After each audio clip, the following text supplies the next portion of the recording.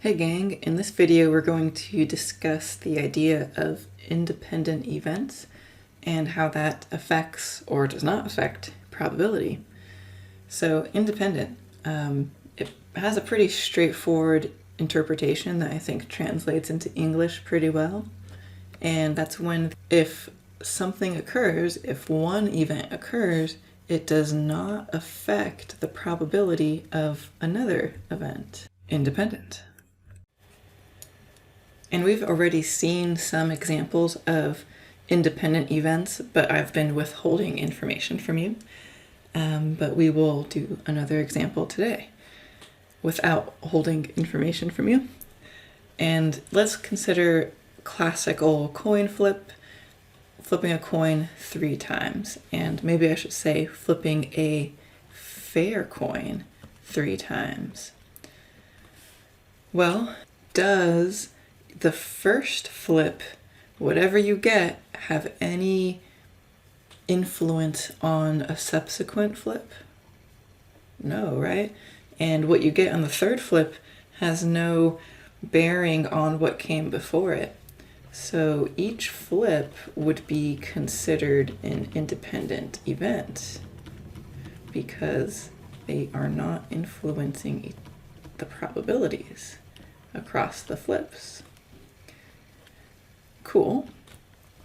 So I'm going to ask a little question here then, a little probability question. Let's find the probability of getting tails, tails, tails, 3 tails. Since it's a fair coin, we know that in one flip, getting a tails would be probability 1/2. And in the second flip, that probability does not change, 1/2. Third flip, 1/2 for tails. Now, how on earth are we going to combine these values? We're not going to add them. They would add to something more than 1. We would multiply them. So here, this is 1/2 raised to the 3rd power. I kind of like to write it like that, which is 1/8 or 0.125. Sweet. While we're working with this example, I want to show you a probability tree, which is a useful tool to organize all the possible events and outcomes in a scenario, such as flipping a coin 3 times. So I'll scroll down here because I'm going to need some more space. Sometimes these are drawn vertically, kind of like this, and there's like branches, but I kind of like to do these horizontally, and it really doesn't matter. For this scenario, what these little branches are representing are the possible outcomes in, say, the coin flip. This would represent the first coin flip. First flip. And I might write on the end of these branches the possible outcome from a single flip, which would be either heads or tails. And along the branch, I like to write the probability of each of those outcomes. I'm going to do 0.5 and 0.5. So this is the first flip, and we've got 2 more flips to go. So I'm going to write another set of branches extending off of this first branch. This is the second flip.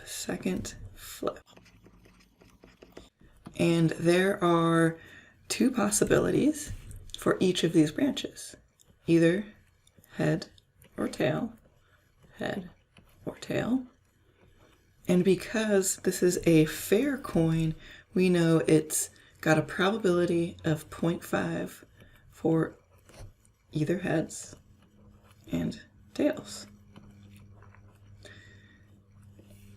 Sweet. And so we've got to draw this one more time. And it's going to basically just be a replication of what we see here, but it's going to keep extending out. So here we go.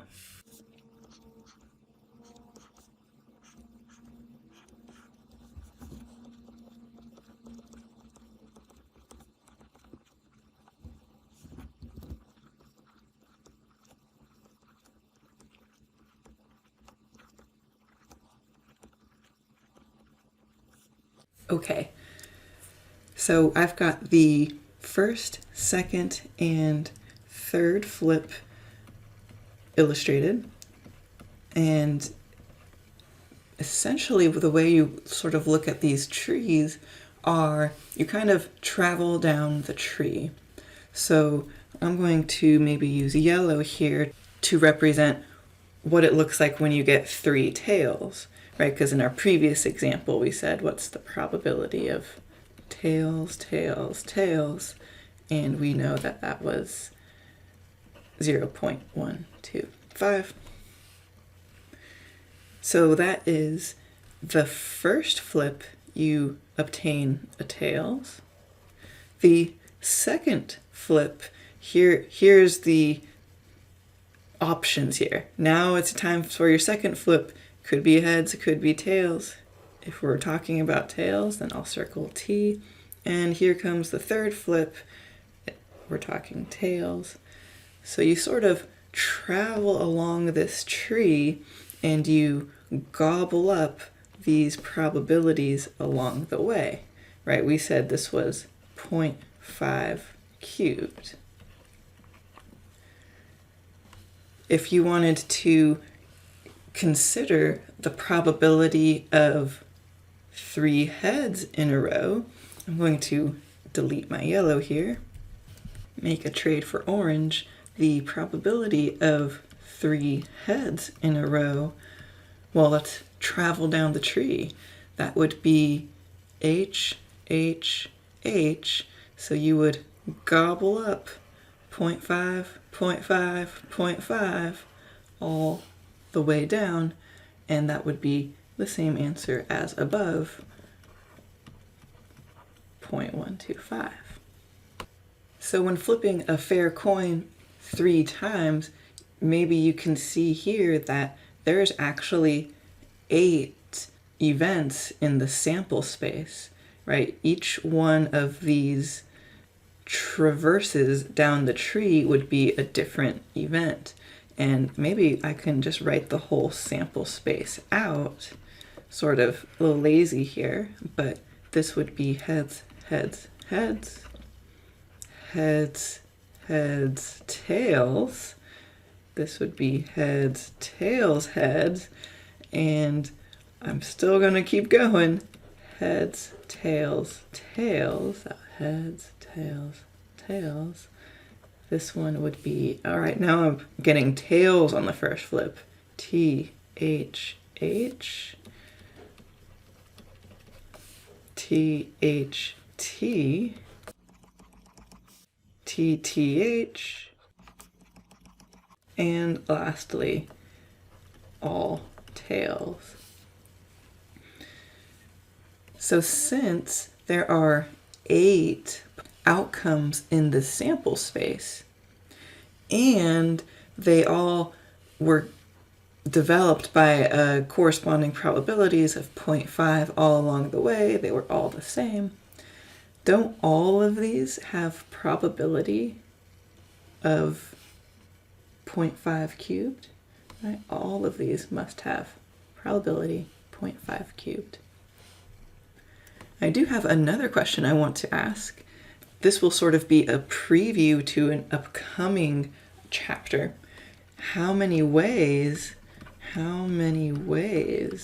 can you obtain 1 head in 3 flips?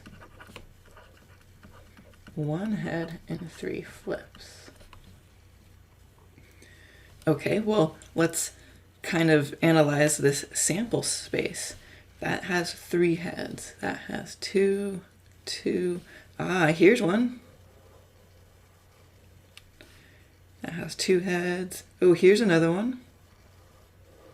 And here's another one. The answer to this question is 3, right? There are 3 ways to get one head out of 3 flips, because that head can occur in the first flip, in the second flip, maybe I'll highlight those, or in the third flip. So maybe we can also ask another supplementary question here. What would be the probability of getting one head? Well, it's 3 out of these 8 ways, right? 3 out of 8. So I've introduced this probability tree, and we're thinking about independent events, hopefully, right? Each of these flips is considered independent.